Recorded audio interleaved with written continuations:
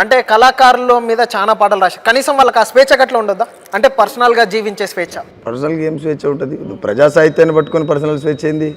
Personal అంటే నీ భార్యనో నీ పిల్లలో లేకపోతే ఇంకేదో పర్సనల్. ప్రజా జీవితంలోకి వచ్చిన తర్వాత పర్సనల్ ఏముంటుంది? ఇప్పుడు రాజకీయంగా ఇప్పుడు నేనున్న రామనరసింహ, నేను చచ్చిపోయేదాకా ప్రజల పాట పాడుతా అని చెప్తున్నా. నేను ఈ మాట లేకపోతే మీరు ఇదే రోల్ రేపు చేయొచ్చు కదా. మళ్ళీ ఆల్రెడీ సాక్ష్యం ఉన్నది, స్పాన్సర్ నోటు రాసి ఇచ్చినట్టే కదా కెమెరా ముంగల మాట్లాడినామంటే. నేను ఆ స్పాన్సర్ నోటు ఇస్తున్న పబ్లిక్, మీరు ఇచ్చిన నోటు కూడా ఉంది కదా. ఎందుకు ఈరోజు దారి మళ్ళవలసినటువంటి అవసరం వచ్చింది?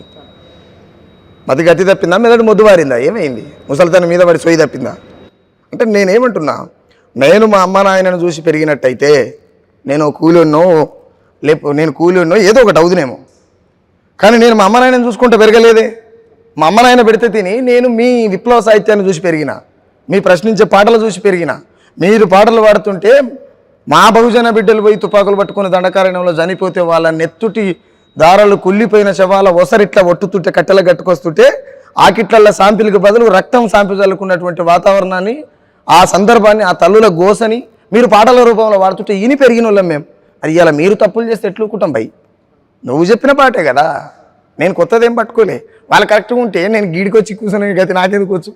గద్దార్ అనేమో మొన్ననే చూసినా నేను, ఏదో చిన్న వీడియో క్లిప్ వస్తే పోయి కేపాల్ కండువా కప్పుకోవడం అయితే. గద్దార్ అన్న ముదిమతి తప్పిండు, ఆయనకి ఏం అర్థం కావట్లేదు. గద్దార్ అన్న ఇప్పుడు ఏం తప్పు చేయాలి? చాలా రోజులు ఆయన తప్పులు చేసి. ఎప్పుడైతే మనిషి విప్లవకారుడిగా ఎవరైనా కావచ్చు, అదే ఫీల్డ్ అయినా తనను తాను ఎప్పుడైతే మర్చిపోతాడో అదే ఆయన మరణదినం. బతికిన బతుకంతా శవయాత్ర లాంటిదే. ప్రస్తుతానికి వాళ్ళు అంతా శవాలతో సమానం.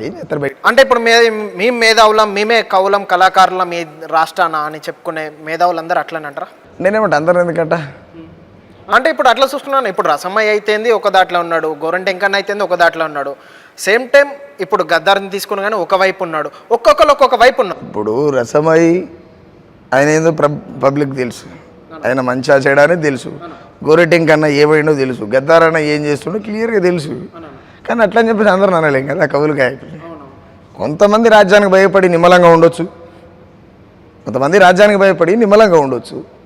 లేదు అనుకుంటే ఈ రాజ్యం ఏమైనా చేస్తుందేమని భయంతో ఉండొచ్చు, ఏదో రకంగా ఉండొచ్చు. అందరు నారాయణకి లేదు అట్లా.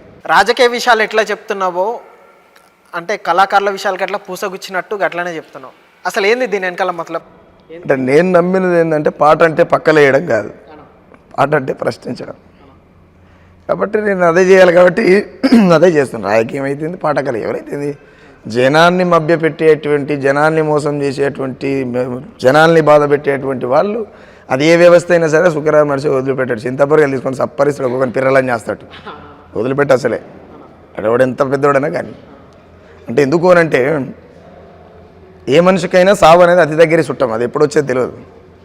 దాన్ని పట్టుకుని ఇప్పుడు పోతాం ఏదో పోతాం ఏనాడు నాడు వ్యక్తం ఏదేంది వాస్తవం చెప్పి సావాలనేది నా ఇంటెన్షన్.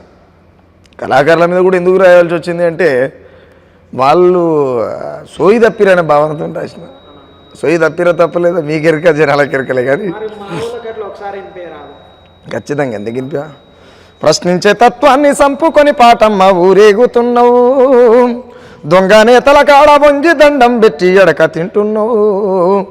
మతిగతి తప్పేనా, స్వరముశృతి తప్పేనా, రాజకీయ వ్యభిచార రొంపిలో పడ్డవు, ఎందుకే పాఠం మహేళనవుతున్నావు.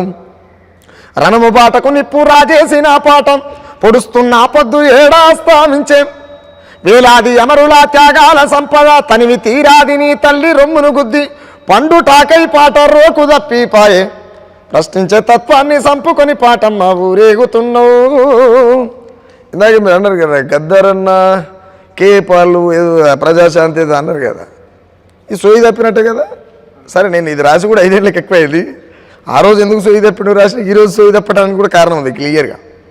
గల్లీ సిన్నాదైన ఘనమైన పాట పల్లె కన్నీరాగి పసందుగా ఉందాం, వేలాది కవితల నోరు వడిపోయిందా, వయసు మళ్ళీ మనసు సోయి తప్పుతుందా, గా గిచ్చన్న గిరిమల్లె ఉరి పెట్టుకున్నదా, అవార్డుల పేరాంతమవుతున్నావు.